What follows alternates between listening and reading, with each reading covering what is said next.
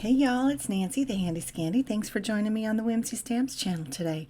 We are making a Halloween trifold card. Now this is way outside of my comfort zone. I am not mechanically inclined.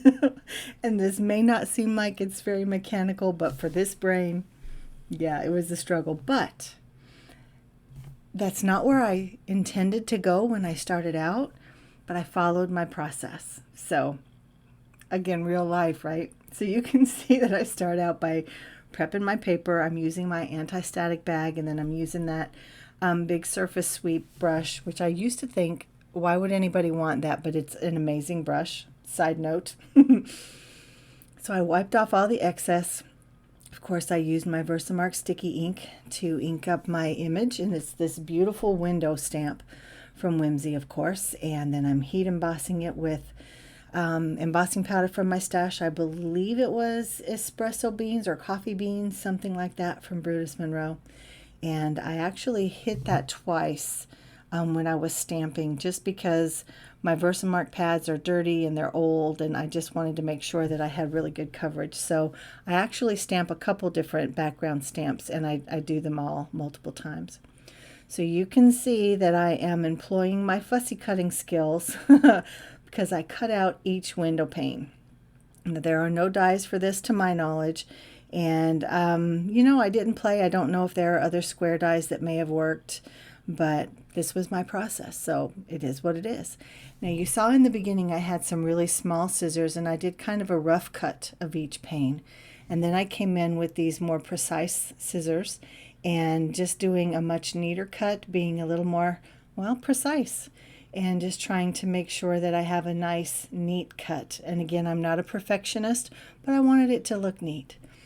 So here I'm also just adding just a little bit of extra color with my Arteza Everblends, just a couple different shades of brown, mostly like tans actually, because they show up much darker on this brown cardstock. So you can see I've got a mask. I don't often mask, but I wanted to stamp this beautiful brick wall. Again, it's another background stamp, and I think it's gorgeous, and I thought it set the scene for the rest of the card. So as I mentioned earlier, I did hit this a couple times with the Versamark just to make sure that I had really good coverage. And now I'm using fired brick, actually, embossing glaze. Now it's the glaze, it's not the powder.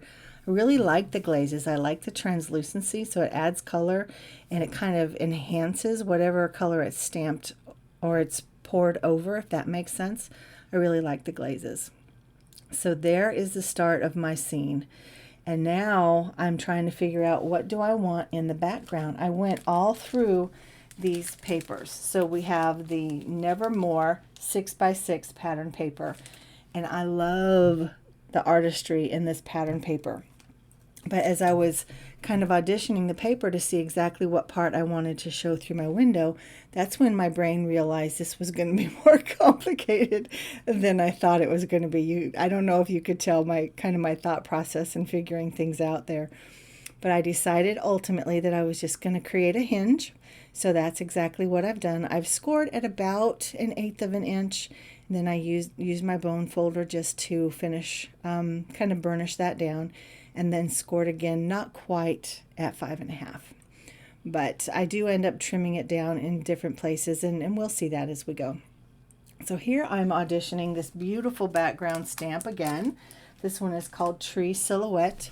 And if you have been watching the design team, you may have seen this particular stamp used multiple times already because it's perfect. It's perfect. But as I've said before, I can't leave well enough alone even when I use pattern paper. So, of course, I had to create more of a spooky scene. And again, I used an embossing glaze. This was the, I can't remember the name of it. It's the newest green one, but I'll have it listed downstairs. But I just wanted more of that foresty, wintry scene. And of course, it's a bright full moon, so I thought green might be more appropriate than black. So that's why I chose what I chose.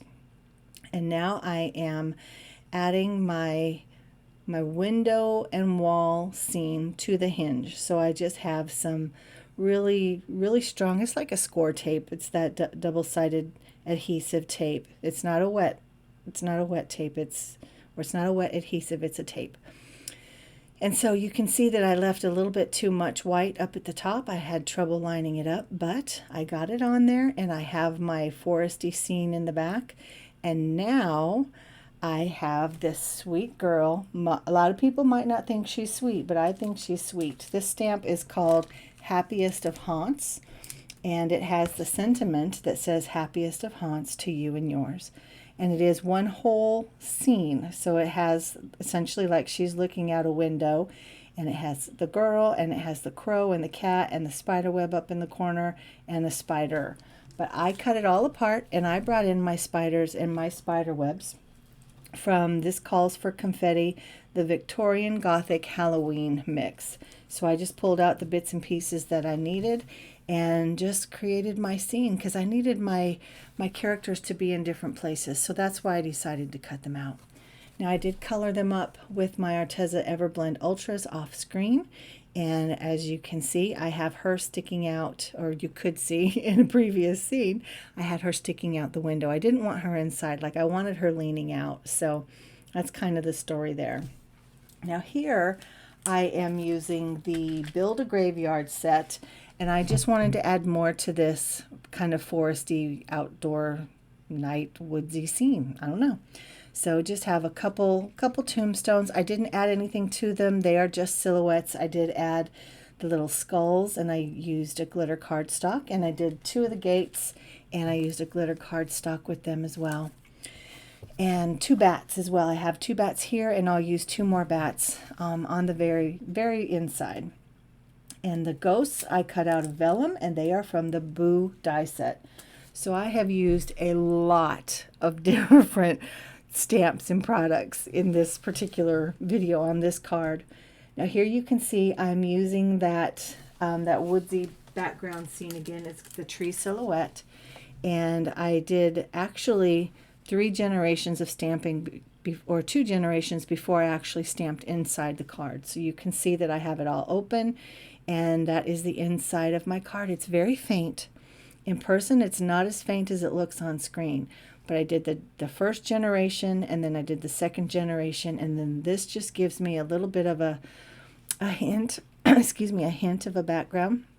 And if you guys know me, you know I don't typically do anything on the inside, but this card became, it took on a life of its own. So I felt like the inside was just way too naked if I didn't do anything to it.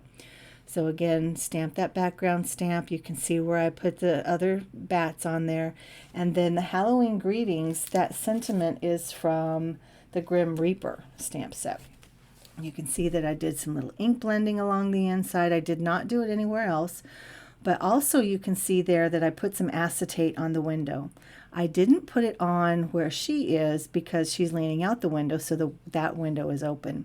So something I would do different if I were to remake this card is clean up the back side of the front panel, because you can see all of the tape and the back side of all the images and stuff. So I would re-stamp the window, cut it out, and then kind of just cover it up and mask it, if you will, so that the inside is clean too.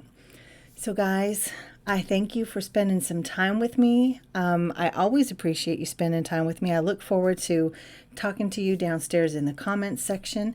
If you like this video, as always, we ask that you would give us a thumbs up. And if you're not already a member of Whimsy's Crafty Tribe, I would invite you to hit that subscribe button as well, and hit that bell so you're alerted to everything that is uploaded in the coming days. We'll also love to see you over on Facebook, Instagram, Pinterest, all the fun places. And until next time, guys, this is Nancy, the Handy Scandy for Whimsy Stamps, and I'm out. Mwah!